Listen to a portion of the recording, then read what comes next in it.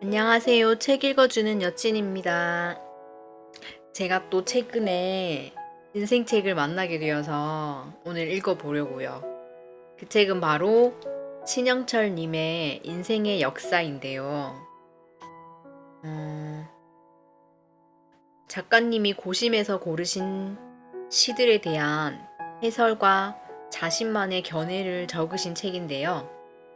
심오한 시를 만나게 되는 경험과 함께 연륜과 깊이가 느껴지는 작가님의 시와 인생에 대한 생각을 통해 얇디 얇은 시에 대한 제 생각이 웅덩이 정도의 깊이를 추가한 느낌이었답니다. 네. 정말 두고두고 읽고 싶은 책이랍니다. 네. 그럼 읽어보도록 하겠습니다.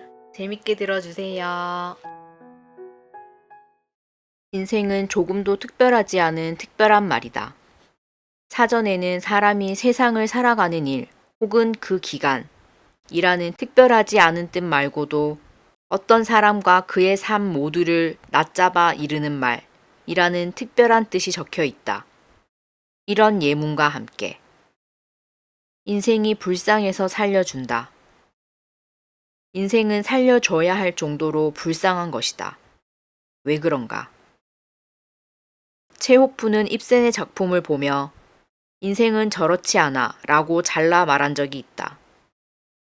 입센의 세계는 아무리 복잡한 비밀도 결국은 풀리면서 끝나는 그런 의미에서 너무 문학적인 세계라는 것.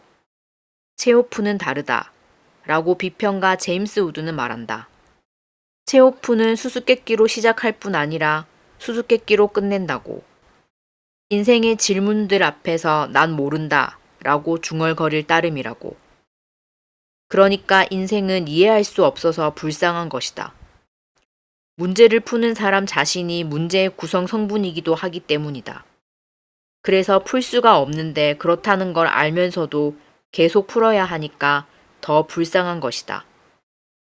체호프가 러시아어로 인생이여 라고 할 때 우리는 한국어로 아이고 인생아 라고 한다.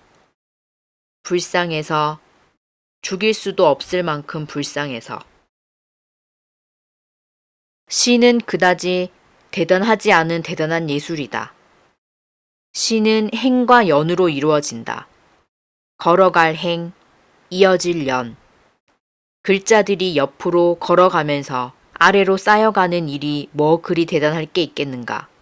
그런데 나는 인생의 육성이라는 게 있다면 그게 곧 시라고 믿고 있다. 걸어가면서 쌓여가는 건 인생이기도 하니까. 그런 의미에서 인생도 행과 연으로 이루어지니까. 시는 직업이 아니라 삶의 방식입니다. 그것은 빈 바구니예요. 당신의 인생을 거기 집어넣고 그로부터 뭔가를 만들어낼 수 있죠. 메리 올리버. 이런 생각까진 못했어도 10대 후반의 어느 날부터 시를 좋아했다. 20몇 살 때 사람들 보라고 처음 어딘가에 연재한 글도 시화를 흉내낸 것이었다. 이 책에 실린 글은 그때의 것을 닮은 내 글쓰기의 원형이다. 첫 책에 나는 문학을 사랑한다. 문학이 나를 사랑하지 않아도 어쩔 수가 없다. 라고 쓴 적이 있지만 그래도 나를 조금은 사랑해 준다고 느끼는 장르가 시다. 20수년 동안 문학을 공부하면서 자신감을 잃고 주눅 들 때마다 나는 최면을 걸듯이 속으로 말해왔다. 시는 나를 사랑한다. 시가 나를 사랑한다. 조심. 손으로 새를 쥐는 마음에 대하여. 아침 저녁으로 읽기 위하여. 베를톨트 브레이트. 내가 사랑하는 사람이 나에게 말했다. 당신이 필요해요. 그래서 나는 정신을 차리고 길을 걷는다. 빗방울까지도 두려워하면서 그것에 맞아 살해되어서는 안 되었기에. 아침 저녁으로 읽어야 할 것이 있을까? 그것을 시대가 결정하기도 한다. 브레이트가 쓰고 김남주가 번역한 아침 저녁으로 읽기 위하여 는 민주주의를 위해 사람들이 제 목숨을 던지거나 미래를 포기하며 싸우던 시대에 읽혔다. 내가 추구하는 가치와 사랑하는 동지들을 위해 나는 살아있을 필요가 있는 존재다. 그러니 아침 저녁으로 되새겨야 한다. 나를 돌보자고. 무엇에서든 조심하자고. 그때는 그런 시절이었다. 다른 사람들을 위해 사는 삶이 가장 고귀하고 아름다웠던. 그런 시대로부터 떠나오면서 사랑이라는 말의 쓰임새는 공적 영역에서 사적 영역으로 이동했다. 그 후 이 시는 강렬한 연애시로 읽힌다. 내가 사랑하는 사람이 나를 원한다니 나는 그를 위해 내내 온전하지 않으면 안 된다. 사랑의 바보는 난생 처음 제가 세상에서 제일 귀한 존재임을 깨닫는다. 이 두 독법은 적절하고 아름답다. 그런데 이 시가 쓰인 맥락을 알고 나면 달리 보이는 대목도 있을 것이다. 이 시는 독일판 브레이트 전집 14권에 수록돼 있는데 공적으로 발표된 작품이 아니라 편지에 적힌 글이 훗날 시로 수습된 경우다. 쓴 사람은 브레이트, 받는 사람은 루트 베를라우다. 루트 베를라우가 읽어주기를 바라며 쓴 시라는 뜻이다. 루트 베를라우는 브레이트의 공동 집필자이자 연인이다. 아니 이렇게 소개할 수는 없다. 짧아서가 아니라 같은 문구로 소개될 사람이 그 말고도 더 있기 때문이다. 베를라우는 회고록 브레이트의 연인을 남겼으니 400쪽이 넘는 그 책을 봐야 한다. 그 뜨거운 책을 읽어보면 베를라우를 이기적인 남성 문인에게 재능을 착취당한 여자로 간주하는 것이 결코 그이의 편에 서서 할 수 있는 말이 아님을 알게 된다. 적어도 그 책 속에는 뜨겁게 살고 사랑하고 쓴 여성이 있다. 자신의 생을 그 찌꺼기까지 남김없이 다 마셔버린 한 인간이 있을 뿐이다. 덴마크에서 함께 지내던 브레이트와 베를라우는 1937년 7월 파리에서 열린 제2회 문화수호를 위한 국제작가회의에 동반 참석했다. 진행 중이던 회의 장소가 내전 중인 스페인으로 옮겨지자 베를라우는 용감하게 스페인으로 떠났지만 브레이트는 덴마크로 돌아왔다. 그는 폭탄을 싫어했던 것이다. 베를라우는 마드리드에 오래 머물며 열렬히 활동했다. 국제 여단의 대규모 회의에도 참석했고 전선의 전사들도 만났다. 베를라우의 관심은 어려운 상황 속에서도 이념을 위해 헌신하는 이들의 내면을 향해 있었고 그 곁에 바짝 다가가서 이야기를 얻어왔다. 그러나 베를라우가 덴마크로 돌아왔을 때 브레이트는 화를 냈다. 베를라우가 가져온 이야기는 브레이트가 알고 싶어 했던 것이 아니었기 때문이다. 게다가 베를라우는 너무 늦게 왔다. 브레이트는 베를라우를 기다리느라 피로했고 돌아오지 않는 베를라우에게 편지를 써야 했다. 그는 뭐라고 썼을까?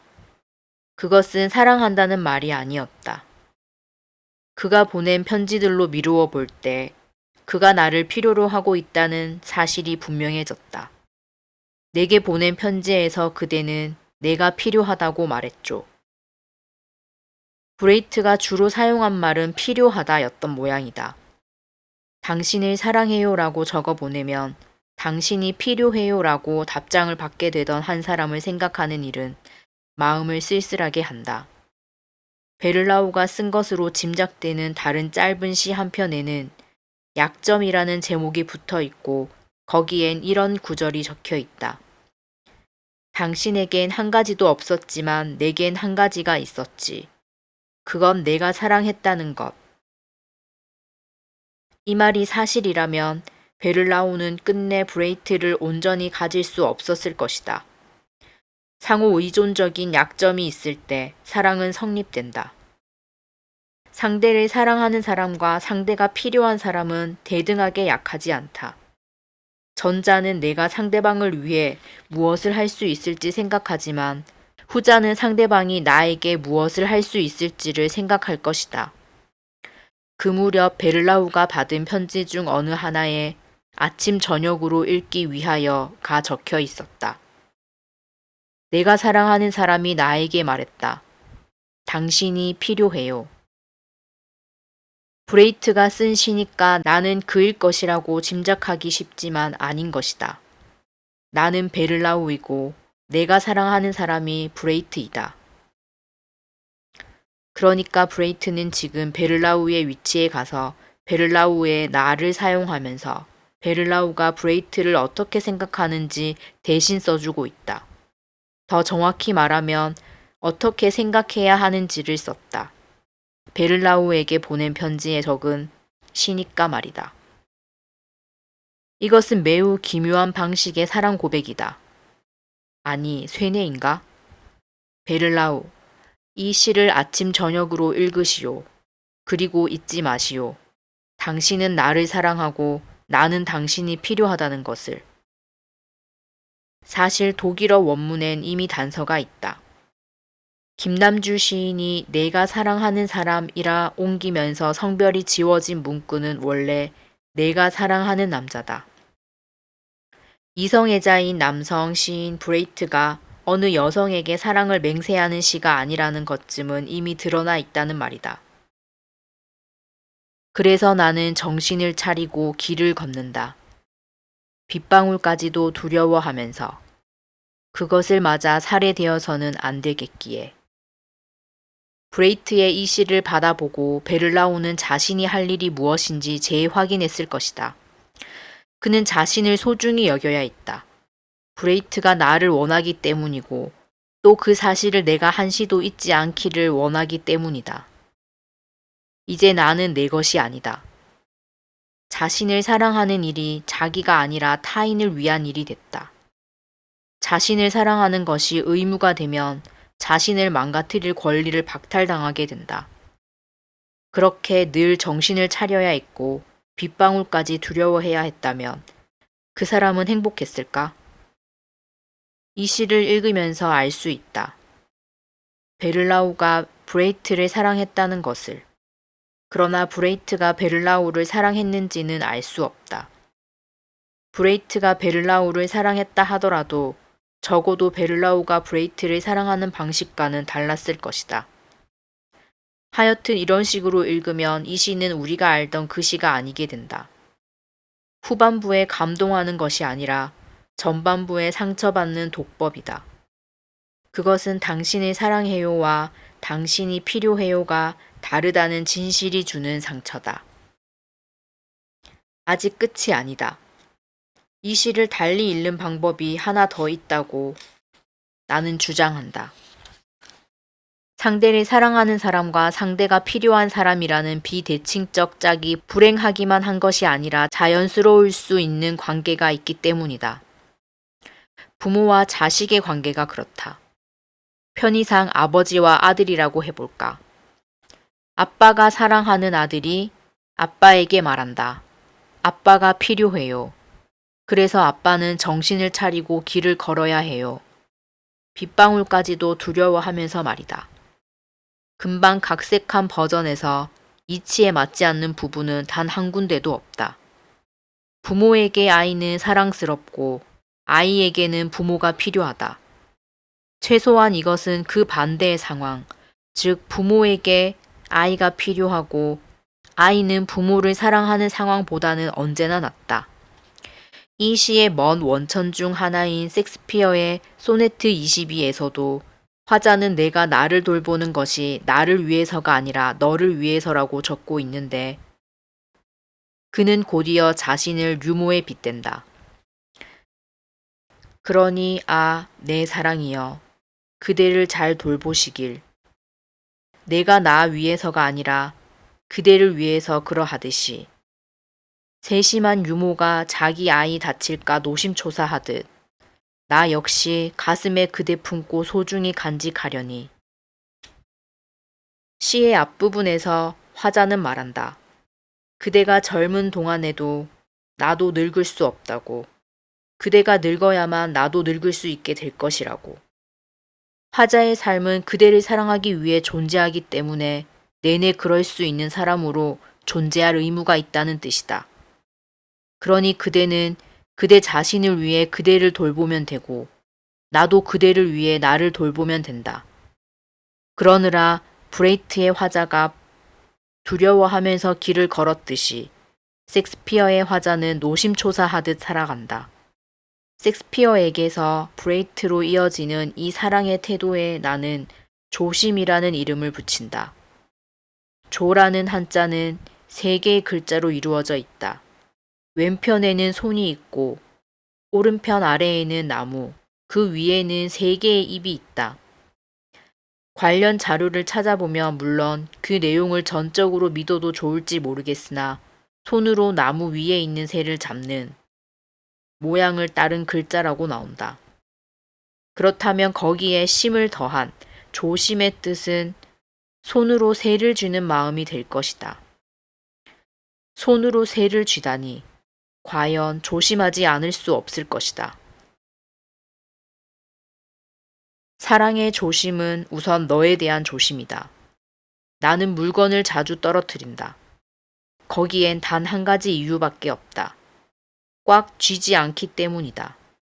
그러는 이유도 하나뿐이다. 떨어뜨려도 된다고 생각하는 건 아니지만 떨어뜨리면 결코 안 된다고 생각하지는 않기 때문이다. 우리가 가진 결함들이 해결되지 않는 이유가 대체로 여기에 있다. 그래서 아기가 태어났을 때 나는 내게 말했다. 제발 소나기에 힘을 주라고. 이제부터는 결코 그 무엇도 함부로 놓쳐선 안 된다고. 물론 아이를 꽉 쥘 순 없다. 조심스럽게 손으로 새를 쥐듯이 놓치지 않을 만큼만. 그러나 이건 누구나 아는 얘기다. 다시 말하지만 시인에게서 내가 배운 것은 나에 대한 조심이다. 아기가 태어나면 부모는 자기 자신도 새처럼 다뤄야 한다. 새를 손으로 쥐는 일은 내 손으로 새를 보호하는 일이면서 내 손으로부터 새를 보호하는 일이기도 하다.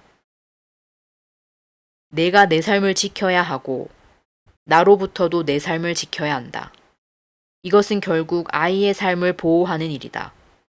아이를 보호할 사람을 보호하는 일이므로 자신을 사랑하지 않는 부모는 아이에게 가해자가 되고 말 것이다.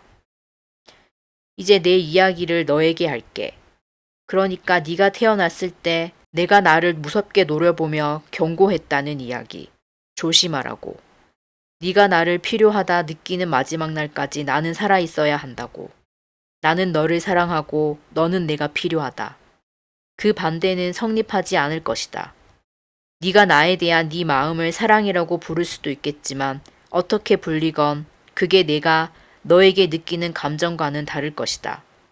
나는 누군가의 자식으로 45년을 살았고 누군가의 아버지로 9달을 살았을 뿐이지만 그 9달 만에 둘의 차이를 깨달았다. 너로 인해 그것을 알게 됐으니 그것으로 네가 나를 위해 할 일은 끝났다. 사랑은 내가 할 테고 너는 나를 사용하렴. 나에게는 아버지가 없었지. 그래서 내 어머니는 두 사람 몫을 하느라 죽지도 못했어. 너의 할머니처럼 나는 조심할 것이다. 아침 저녁으로 각오할 것이다. 빗방울조차도 두려워할 것이다. 그러므로 나는 죽지 않을게. 죽어도 죽지 않을게. 그대가 잃을 수밖에 없는 그것. 소네트 73 윌리엄 섹스피어. 한 해 중 그런 계절을 그대는 내게서 보리라. 전엔 예쁜 새들이 노래했지만 이젠 황폐한 성가대서. 추위를 견디며 흔들리는 그 가지들 위에 누런 잎들 하나 없거나 거기 남아있지 않은 계절을 내게서 그대는 보리라. 해가 진 후 선역해서 쓰러지는 그런 날의 황혼을. 만물을 휴식 속에 밀봉해 버리는 죽음의 분신인 시커먼 밤이 조금씩 앗아가는 황혼을. 내게서 그대는 보리라. 불타오르게 해준 것에 다 태워져 꺼질 수밖에 없는 임종의 자리처럼 제 젊음의 제위에 누워있는 그런 불의 희미한 가물거림을. 그대가 이것을 알아차리면 그 사랑 더 강해져 그대가 머지않아 잃을 수밖에 없는 그것을 더욱 사랑하게 되리라. 섹스피어가 소네트를 단 한 편도 쓰지 않았더라도 그는 위대한 시인이다. 맥베스에 나오는 인생은 소음과 분노가 가득하지만 아무런 의미도 없는 백치가 들려주는 이야기나 햄릿에 나오는 사느냐 죽느냐 그것이 문제로다 같은 독백에는 강렬한 이미지와 압축의 묘미가 있다. 이것들이 시가 아니라면 무엇일까? 2016년 출간된 훌륭한 앤솔러지 영국 대표 시선집의 섹스피어 파트에 이 독백이 포함되어 있는 것은 전혀 이상한 일이 아니다. 그런 그가 소네트를 그것도 154편이나 썼으니 이것은 한 인간이 후대의 인류에게 남긴 아름다운 선물이다. 그런데 그 선물을 풀어서 읽어나가다 보면 당황하게 된다. 사랑에 빠진 자의 달콤한 고백을 기대했는데 뜻밖에도 결혼 정년기에 이른 어느 청년에게 빨리 결혼을 해서 아이를 낳으라고 충고하는 시인의 목소리만 내내 들려오기 때문이다. 저간의 사정에 대해서는 섹스피어 400주기를 맞아 때마침 번역된 명저 세계를 향한 의지에서 스티븐 그린베릿이 설명해 준다. 섹스피어는 왜 1592년 여름 한 부자 청년의 결혼을 재촉하는 시를 써달라는 의뢰를 기꺼이 받아들인 것일까? 전염병 때문에 극장이 문을 닫아 수입원이 막혔기 때문이라는 것이 답이다. 그러니까 생계형 원고였다는 말이다. 자기애가 강한 아름다운 청년이 결혼을 거부하자 속이 탄 가족들이 그의 마음을 돌려놓기 위해 섹스피어에게 1인용 작품의 창작을 의뢰했던 것. 그래서 섹스피어는 당신은 아름답다. 그 아름다움을 영원한 것이 되도록 하기 위해서라도 자손을 남겨야 한다. 라는 요지의 작품들을 써 내려가기 시작했다. 그런데 그린블렛에 따르면 여기서 흥미로운 일이 벌어진다. 청년의 아름다움을 찬미하다가 시인 자신도 그 청년에게 매혹돼 버린 것. 하여 섹스피어는 시인인 내가 나의 언어로 당신의 아름다움을 기려 불멸이 되게 하리라는 요지의 작품들을 쓰기 시작했다. 마치 연애의 중개자가 그 연애에 얽혀 들어가든 말이다. 18번 소네트부터가 그렇다. 그대를 여름날에 견주어 볼까요? 그대가 더 사랑스럽고 온화하지요. 154편 전체 중에서도 가장 많이 애송되는 이 시는 그러니까 여성이 아니라 남성에게 바쳐진 것이었다. 여기서부터 소네트는 아름다운 청년에게 구애하는 어느 남성 시인의 노래가 된다. 적어도 127번에서부터 등장하는 정체불명의 여성, 다크 레이디가 이들과 삼각관계를 형성하기 전까지는 말이다. 물론 소네트 전체의 맥락과 구조가 이렇게 복잡할지라도 우리가 여기에 얽매일 필요는 없을 것이다. 1609년에 초판이 나온 이래 세계의 독자들은 각자 자신의 연애를 투사하기 좋은 개별 시편들을 찾아내 향유해왔다. 18번 외에 인기가 많은 작품은 29, 43, 71, 73, 116, 130번 등이다. 그 중에서도 73번은 강력한 우승 후보로서 내가 가장 좋아하는 작품이기도 하다. 2015년 초에 뒤늦게 번역되어 그간 좋은 소설에 충분히 단련된 독자들마저 탄식하게 만든 스토너는 초반 30쪽만 읽어도 눈물이 고이는 이상한 소설인데 농민의 아들인 스토너가 농과대학에 들어갔다가 영문학 개론 시간에 이 73번 소네트를 읽고 문학에 눈을 떠서 처음으로 부모의 뜻을 거스르기로 결심하는 장면을 읽을 때 나는 완전히 수긍할 수 있었다. 73번은 그렇게 삶을 다시 처음인 듯 살기 시작하기 만드는 시이기 때문이다. 화자는 세 개의 비유, 이미지를 동원해 어떤 비가역적인 사태에 대해 말한다. 가을이 가면 만물이 헐벗는 겨울이 오듯이, 해가 지면 죽음 같은 밤이 황혼을 삼키듯이, 불탄 자리에 하얀 재가 남듯이, 그렇게 시간은 흐르고 사람은 늙는다는 것. 이 점에 유의하면 당신의 사랑은 더 강해져서 그대가 머지않아 잃을 수밖에 없는 그것을 더욱 사랑하게 된다는 것. 그런데 이 마지막 구절은 좀 모호한 데가 있다. 그대가 이를 떠날 수밖에 없는 그것이란 대체 무엇인가?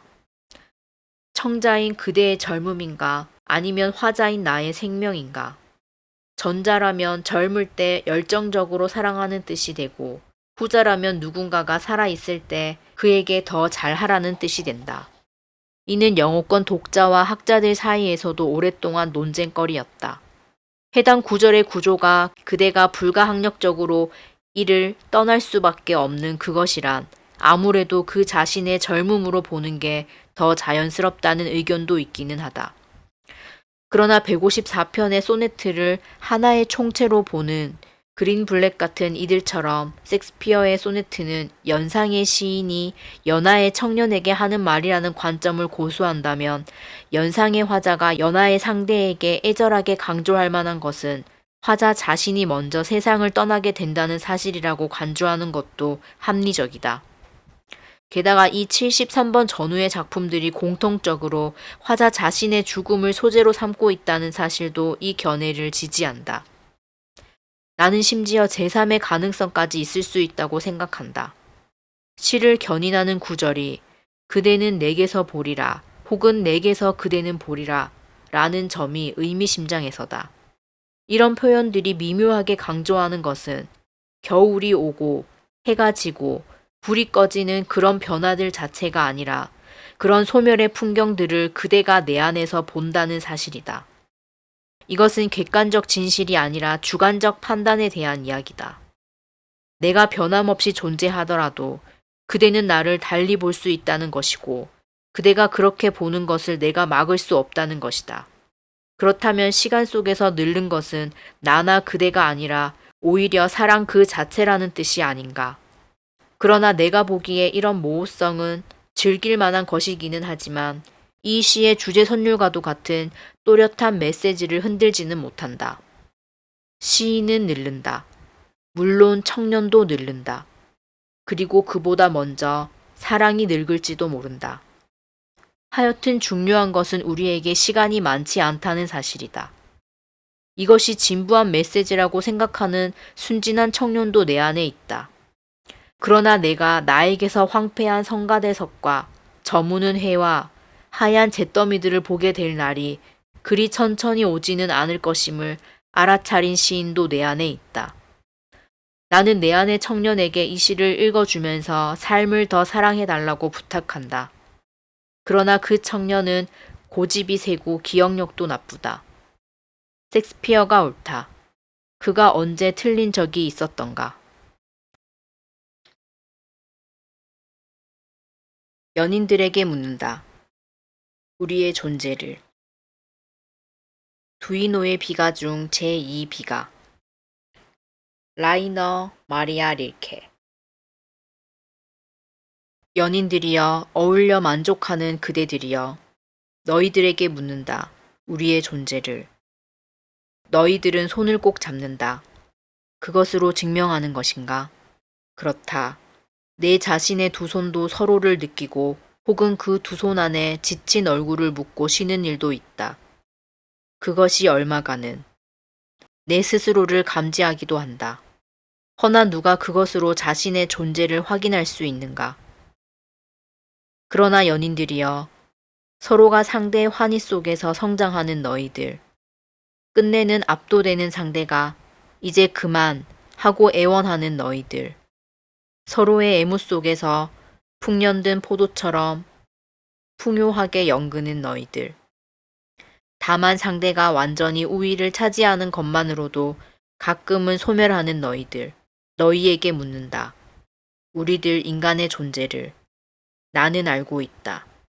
너희들이 그처럼 행복하게 서로를 어루만지는 것은 애무가 시간을 멈추기 때문이다.